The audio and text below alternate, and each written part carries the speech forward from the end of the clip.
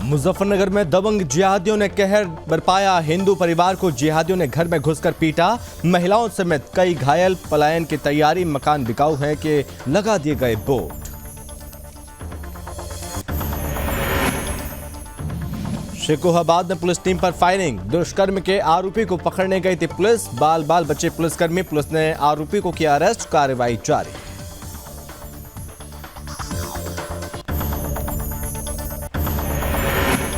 Gorakhpur railway station पर हुए gangrape का खुलासा। गोरखपुर पुलिस ने 3 आरोपियों को पकड़ा। रेलवे लाइन किनारे किया गैंगरेप। गंभीर हालत में खुद थाने पहुंची थी पीड़िता। तीनों आरोपियों को जेल भेजा गया।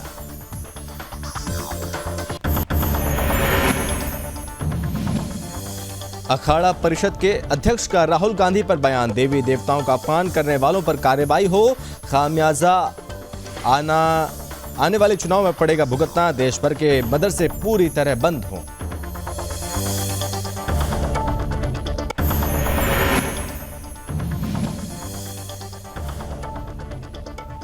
दो 2024 में सभी सीटों पर प्रचंड बहुमत से जीतेगी। दोबारा मोदी के नेतृत्व में बनाएंगे सरकार। डिप्टी सीएम ने किया अस्पताल का निरीक्षण। दिए निर्देश। डिप्टी सीएम ने भर्ती मरीजों से बात कर उनका हालचाल भी जाना।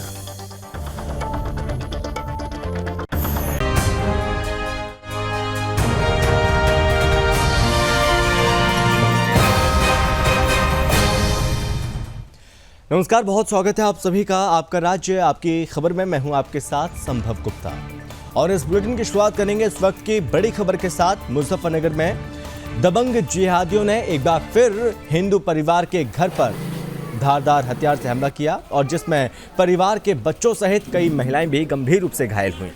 दरअसल पूरा मामला छपार थाना क्षेत्र का है, जहां पर छपार कस्बे में मुस्लिम आबादी के बीच रह रहे इकलौते हिंदू परिवार को लगातार टॉर्चर किया जा रहा है। हद तो तब हो गई जब मामूली कहासुनी को लेकर परिवार पर जिहादियों ने धारदार हथियारों के साथ हमला बोल दिया। एक नाली को लेकर शुरू हुआ यह विवाद ऐसा हो सकता किसी ने सोचा भी नहीं होगा और जिहादियों ने महिलाओं समेत पूरे परिवार को घसीट कर पीटा, जिसमें एक महिला को गंभीर चोट आई और एक हिंदू युवक गंभीर रूप से घायल हुआ और जिसे इलाज के लिए मेरठ रेफर किया गया।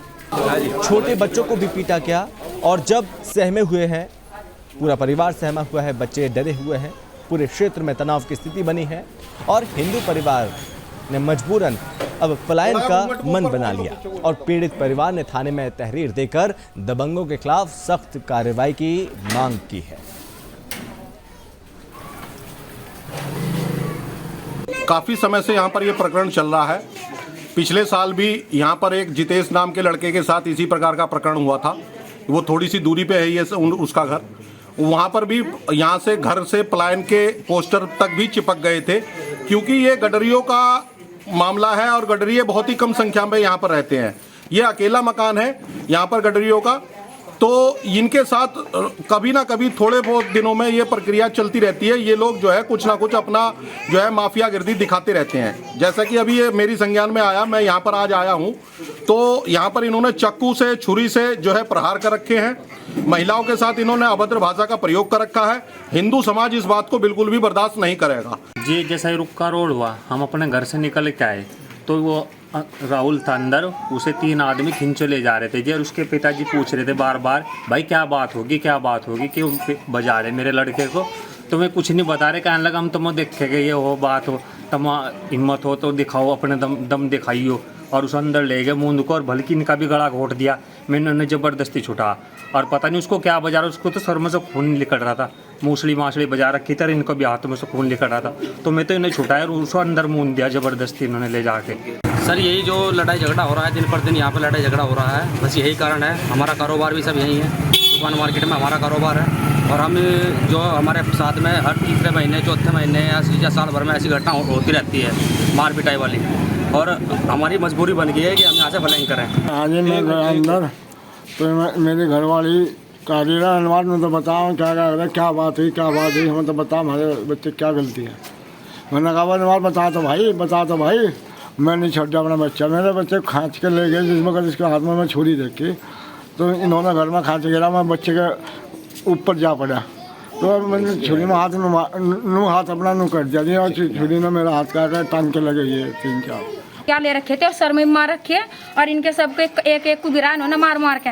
जब इन पर हम काबू में नहीं आए तो एक एक को मार मार कर गिराया इन्होंने। सब ने इतनी मार पीट करी, इनकी बिल्कुल कार्रवाई होनी चाहिए और प्रधान को भी कहना चाहिए। भैया मेरे लाला को ये घसीट कर ले गए, घसीट कर ले गए इन्होंने। फिर हम चले गए, हम पीछे पीछे हम चले गए। फिर इन्होंने मारपीट करी जाकर, मारपीट करके इन्होंने मतलब हमारे लाला को नहीं छोड़ा। मेरे फूफा से आया नहीं उनकी तेज मिट्टी जी, तो इसकी वजह से ये कूड़ा रखा ना जी यहाँ से गली के सामने आपने देखा, तो इसलिए मैंने कहा जी साफ सफाई कर दो यहाँ को। जैसा ये आया समर सेल का पाइप सही से धो दो यहाँ को, हमारा मेहमान आएंगे यहाँ बैठेंगे तो गंदगी होगी।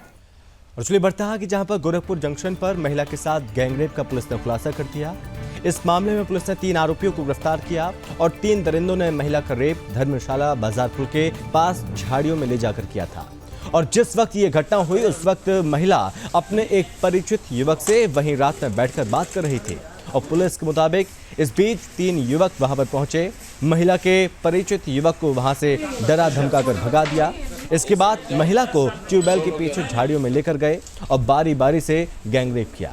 हालांकि पहले पुलिस ने इस मामले में महिला के परिचित युवक को ही उठाया था और जिसके जरिए आरोपियों की पहचान हुई। हालांकि पुलिस ने बाद में उन्हें छोड़ दिया। दरअसल महाराजगंज जिले की रहने वाली 25 साल की विवाहिता पति से विवाद के बाद एक हफ्ते पहले गोरखपुर आ गई थी। यहाँ उसे रहने का कोई ठिकाना नहीं मिला था। वो रेलवे स्टेशन के प्लेटफॉर्म नंबर 1 के आउटर और धर्मशाला बाजारपुर के बीच गुजारा कर रही थी। उधर पीड़िता के परिवार के लोगों ने उससे मिलने और मदद से इनकार कर दिया। पुलिस के मुताबिक उसके पति का कहना है कि जब वो एक बार घर छोड़कर चली गई तो अब वे उसे दोबारा स्वीकार नहीं कर सकते।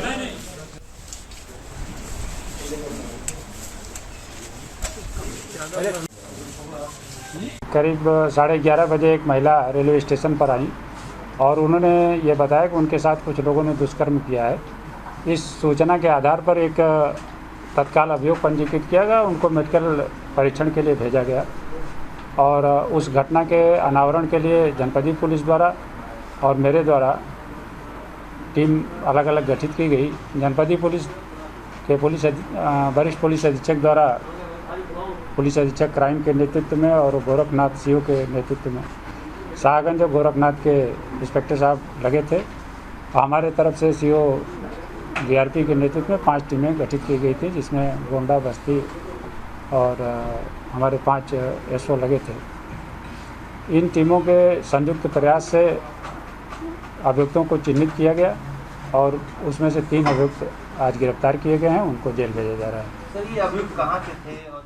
खबर यूपी के फिरोजाबाद से, जहां पर श्रीकोहाबाद में दुष्कर्म के आरोपी को पकड़ने गई पुलिस टीम पर फायरिंग का मामला सामने आया।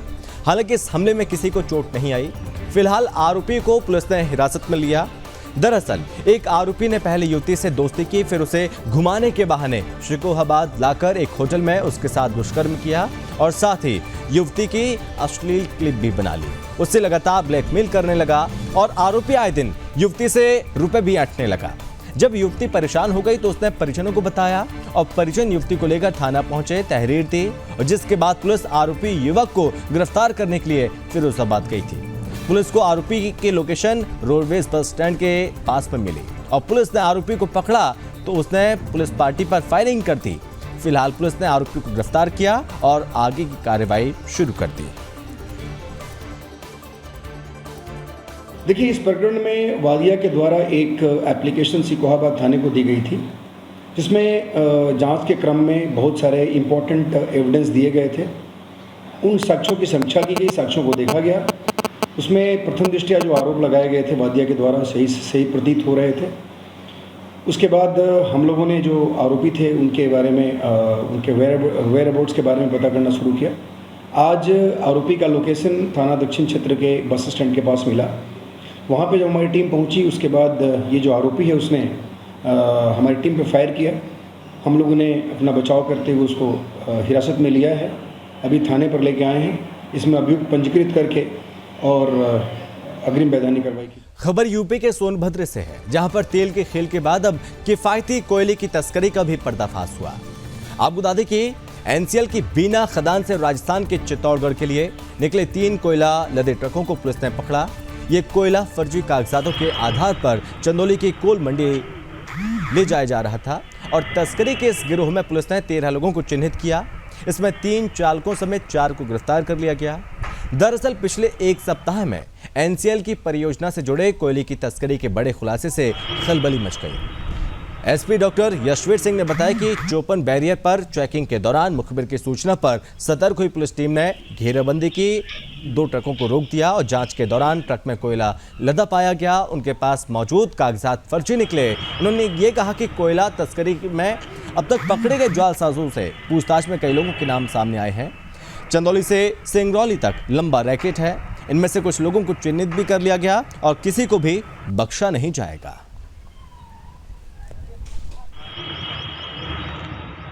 देखिए, जनपद सोनभद्र में थाना चोपन में चेकिंग के दौरान पुलिस को सूचना मिली थी कि कुछ ट्रक से चोरी करके कोयला ले जाया जा रहा है। इसी सूचना पर पुलिस ने कुछ ट्रक को रुकवा के जब चेक किया तो इसमें अपने जनपद के रहने वाले पवन यादव, परमेश्वर यादव को थाना चोपन पुलिस ने पकड़ा। ये ड्राइवर हैं ट्रक के और इनके द्वारा बताया गया कि एनसीएल की माइन बीना से ये लोग कोयला लेके आ रहे थे और इनको राजस्थान जाना था। जो इनका डेस्टिनेशन था, जो सही रूट था, वो राजस्थान जाना था। इनको हिंदुस्तान जिंक की फैक्ट्री में कोयला सप्लाई करना था। किंतु बीच में ही दिलीप जायसवाल नाम के आदमी ने एक फर्जी दस्तावेज तैयार करके, फर्जी बिल तैयार करा के, सारे डॉक्यूमेंट तैयार करा के और इसको डाइवर्ट कर दिया है चंदासी मंडी चंदौली की तरफ। खबर यूपी के बदायूं से, जहां पर पुलिस ने चोरी की घटनाओं का खुलासा किया और पुलिस ने 3 घटनाओं के तहत सराफा व्यापारी समेत 3 चोरों को गिरफ्तार किया। उनके पास से 15 लाख के जेवर बरामद हुए। वहीं अपर पुलिस अधीक्षक सिद्धार्थ वर्मा ने बताया, सिविल लाइंस और कोतवाली क्षेत्र में पिछले दिनों बंद घरों को आरोपियों ने निशाना बनाया था। चोर ताला तोड़कर सामान चोरी करके ले जाते थे। इससे पहले वो रेकी करते थे और तब घटनाओं को अंजाम देते थे। इसमें आरोपी बजरुल अली, साहिल और शारिक नाम के चोर पकड़े गए हैं। इन तीनों से ही सराफा व्यापारी प्रियांश, अंचल और सचिन वर्मा को चोरी का माल बेचा था। सभी आरोपियों को गिरफ्तार कर लिया गया। इनके पास से करीब 1 लाख रुपए समेत 15 लाख रुपए के जेवर बरामद हुए। फिलहाल पुलिस ने आरोपियों के खिलाफ मामला दर्ज किया, आगे की कार्रवाई शुरू कर दी।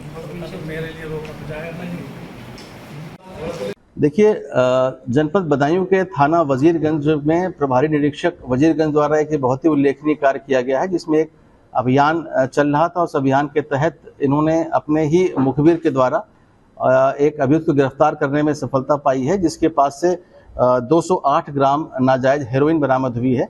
जिसकी खबर यूपी के फिरोजाबाद से, जहां पर प्रदेश सरकार के उप मुख्यमंत्री ब्रजेश पाठक अपने 2 दिवसीय दौरे पर फिरोजाबाद पहुंचे। उन्होंने समीक्षा बैठक के बाद अधिकारियों के साथ निर्माणाधीन आवासों और सरकारी ट्रामा सेंटर एवं पंचायत घर का निरीक्षण किया और निरीक्षण के दौरान उन्होंने कमियों में सुधार के निर्देश दिए।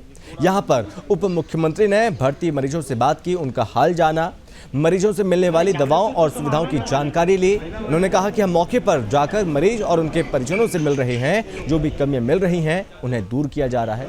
उन्होंने कहा कि भाजपा अपने नेता प्रधानमंत्री नरेंद्र मोदी के नेतृत्व में बहुत तेजी के साथ आगे बढ़ रही है और गरीब कल्याण की योजनाएं जन जन तक पहुंच रही हैं। 2024 में हम प्रदेश की सभी सीटों पर विजय प्रचंड बहुमत से प्राप्त करेंगे और दोबारा मोदी जी के नेतृत्व में सरकार बनाएंगे। अरे जानने तो तुम आनंद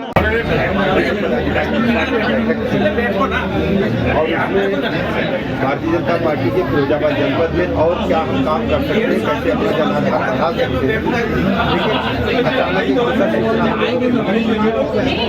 लोगों के बीच में हम सबके अभिभावक नहीं रहे, इस वजह से उसको में परिवर्तित कर दिया गया और उसको सरकार से मन दिए गए और उसके बाद हम लोग कार्यकर्ताओं से मिल रहे हैं, लेकिन कोई अन्य आज कार्यक्रम नहीं हुआ।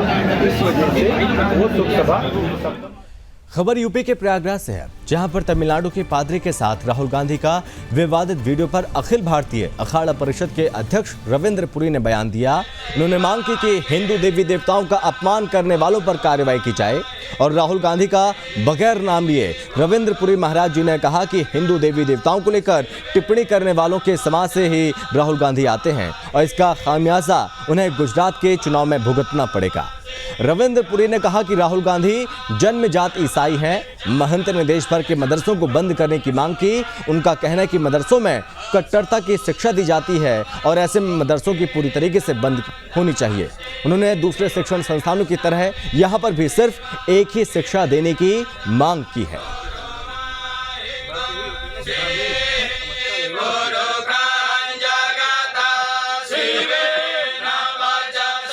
देखिए, राहुल गांधी जी खुद ईसाई है, उनको ऐसा बयान देना है ही।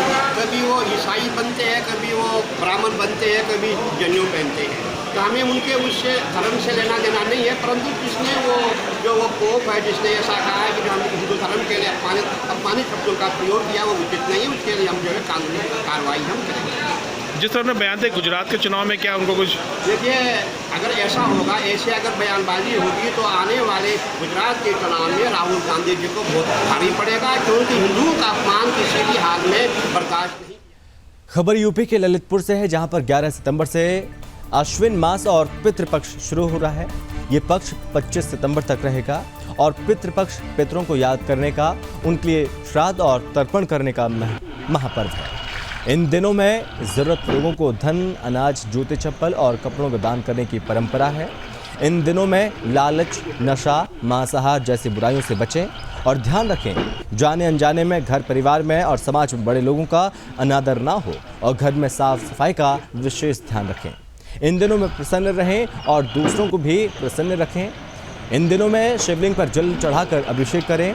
अगर विधिवत पूजा नहीं कर पा रहे हैं तो शिवलिंग पर जल, धतूरा, फूल चढ़ाएं और दीपक जलाकर ओम नमः शिवाय मंत्र का जाप करें।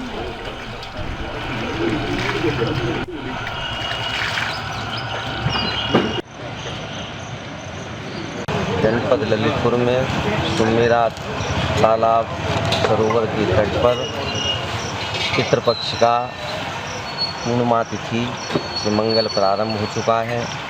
आज से 15 दिन पर्यंत तक सभी भक्तजन, देव, ऋषि, जिनको तो हम 12 महीने तर्पण करते हैं, उनको जलदान करते हैं, उनका पूजन करते हैं, लेकिन विशेष करके यह जो 15 दिन पितरों की आराधना के हैं, तो आज से अपने पितरों के नाम से देवता, ऋषि। खबर मध्य प्रदेश के ग्वालियर से, जहां पर मुरार और थाटीपुर थाना क्षेत्र में हुई 2 मोबाइल लूट की वारदातों को 24 घंटे में ही बरामद कर लिया। वहीं नगर पुलिस अधीक्षक ऋषिकेश मीणा ने बताया कि मुरार थाना क्षेत्र समेत कुम्हरपुरा थाटीपुर थाना क्षेत्र से 2 लड़कियों के मोबाइल लूट की वारदात को अंजाम दिया था और इसी को लेकर एसएसपी अमित सांघी के निर्देशन में टीमें गठित की गई। मुखबिर द्वारा बताए गए हजीरा थाना क्षेत्र के धर्म कांटे के पास से 2 मोटरसाइकिल सवार पुलिस टीम को देखकर भागने का प्रयास कर रहे थे और पुलिस ने घेराबंदी की, पूछताछ की तो दोनों आरोपियों ने मोबाइल लूटना स्वीकार कर लिया। ऋषिकेश मीणा ने यह भी बताया ये दोनों आरोपी मुरैना के रहने वाले हैं और दोनों आरोपी में एक नाबालिग भी शामिल है और लूट की घटना में प्रयुक्त मोटरसाइकिल सहित लूटे गए 2 मोबाइल भी बरामद कर लिए गए। फिलहाल पुलिस पकड़े गए आरोपियों से और ज्यादा पूछताछ कर रही है। मुरार थाना क्षेत्र और थाटीपुर में 7 तारीख को 2 मोबाइलों की लूट हुई थी। 7 नंबर चौराहे के पास सेंट्रल ब्यूरो ऑफ नारकोटिक्स के कर्मचारी की एक लड़की से मोबाइल छुड़वाया गया था और एक कुम्हरपुरा मुरार नदी के पास में एक दूसरी लड़की से मोबाइल लूटा गया था। इसमें दोनों थानों की एक संयुक्त टीम बना के त्वरित कार्रवाई करते हुए साइबर की हेल्प लेते हुए हमने 2 आरोपियों को हजीरा थाना क्षेत्र से पकड़ा था, जो इन मोबाइलों को शायद बेचने का प्रयास कर रहे थे या इनका लॉक तोड़वाने का प्रयास कर रहे थे। जब उनसे पूछताछ की तो ये दोनों मोबाइल उसके पास से जब्ती में मिले। उनके घर की तलाशी ली तो ज़्यादा और कुछ सामान तो नहीं मिला। जिस गाड़ी को प्रयुक्त किया गया उसको हमने जब्ती में ले लिया है। दोनों ही आरोपी मुरैना के रहने वाले हैं। एक नाबालिग है, एक बालिग है। इनका मुरैना से आपराधिक रिकॉर्ड मंगवा के उसकी जांच की जा रही है। अभी उनको माननीय न्यायालय के सामने आज पेश किया गया है। उसमें कुछ दिन का रिमांड लेके PR लेके उसका और हम थोड़ा सा उनसे पूछताछ करेंगे। अगर और भी कोई घटनाएं शहर में की होंगी या कहीं बाहर की होंगी तो उसके बारे में पूछताछ की जाएगी। खबर बिहार के बगहा से है, जहां पर सुरक्षित प्रसव कराने के नाम पर अवैध उगाही करने का एक मामला सामने आया। बगहा अनुमंडल में प्रसव कराने के लिए परिजन पहुंचे। इसी दरमियान साथ में आई आशा गुड़िया देवी 2000 रुपया का डिमांड करने लगी और जब परिजनों ने देने से इनकार कर दिया तो आशा मरीज को जबरदस्ती रेफर करने लगी और जिसके बाद परिजनों ने जमकर हंगामा शुरू कर दिया। हंगामा सुनकर अस्पताल के चिकित्सक डॉक्टर विजय कुमार बीच बचाव करते हुए मामले को शांत कराने लगे। इधर परिजनों ने आशा और इसमें सम्मिलित अन्य कर्मियों पर कार्रवाई की मांग की और इधर शिकायत मिलने के बाद स्वास्थ्य विभाग की टीम जांच में जुट गई है।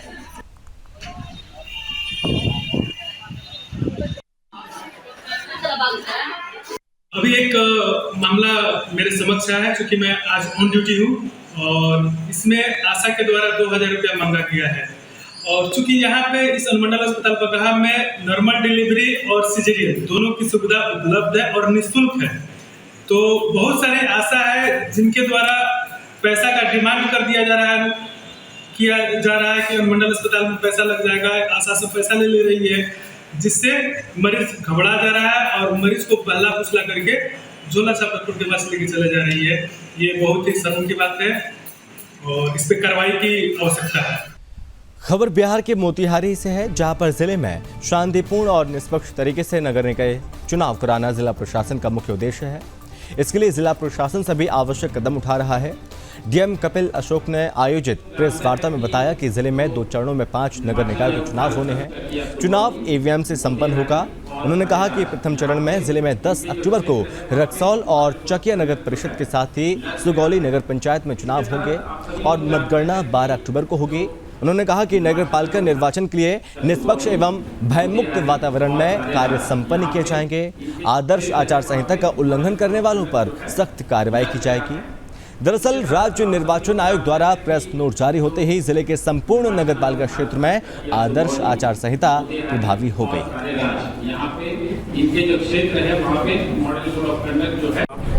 पूर्वी चंपारण जिले में 5 नगर निकाय जो है जहाँ पे निर्वाचन होने वाला है, उसमें प्रथम चरण में जो नगर निकाय है रक्सौल, सुगौली और चकिया के नगर निकाय है। द्वितीय चरण में मोतिहारी नगर निगम और हरिराज नगर पंचायत में चुनाव होने जा रहा है। यहाँ पे नोटिफिकेशन की तिथि जो है प्रथम चरण के लिए जो है 10 सितंबर की है और द्वितीय चरण के लिए जो है 16 सितंबर की है। जो नामांकन प्राप्त होगा अभी पटना पुलिस के हाथ लगी बड़ी सफलता और आपको बता दें कि दानापुर पुलिस ने बाइक लूट गिरोह का खुलासा किया। दानापुर पुलिस अनुमंडल पदाधिकारी कार्यालय में सिटी के एसपी पश्चिमी राजेश कुमार ने मामले का उद्भेदन करते हुए बताया कि गिरोह का पर्दाफाश होने से पटना में लूटपाट घटनाओं में कमी आ सकती है और पिछले दिनों दीघा रोड पर लूटपाट की घटनाएं बढ़ती जा रही थी। अपराधी वहां से गुजरने वाले लोगों से हथियार के बल पर उनकी मोटरसाइकिल, रुपए, मोबाइल लूट लिया करते थे। पुलिस लगातार अपराधियों की गतिविधियों पर नजर बनाए हुई थी और इस बीच पुलिस ने अपराध की योजना बना रहे 5 अपराधियों को धर दबोचा और पिछले दिनों रूपसपुर थाना अंतर्गत कांड को भी अंजाम देने वालों में इन लोगों का हाथ है। पुलिस द्वारा गहराई से छानबीन शुरू की गई तो गिरफ्तार अपराधियों की निशानदेही पर पुलिस ने कई जगह से मोटरसाइकिल बरामद की। इसके साथ ही पुलिस ने लूटी गई एक मोबाइल को जब्त किया और पुलिस ने अपराधी के पास से एक देसी कट्टा और गोली भी बरामद की गई है। जो भी एडमिनिस्ट्रेशन के साथ मिलकर के जो भी कार्रवाई की जानी चाहिए वो किया जा रहा है। अभी तो सबसे पहले नामांकन का दौर चल रहा है, चलेगा कल से। नामांकन के बाद जैसे जैसे लोग आएंगे तो और भी स्थिति स्पष्ट होगी। अकॉर्डिंगली हम लोग जो है उसकी सिक्योरिटी का जो भी प्रबंध हो सकता है वो करेंगे। और इसी के साथ इस बुलेटिन में बस इतना ही। आप बने रहिए सुदर्शन न्यूज के साथ। जय हिंद।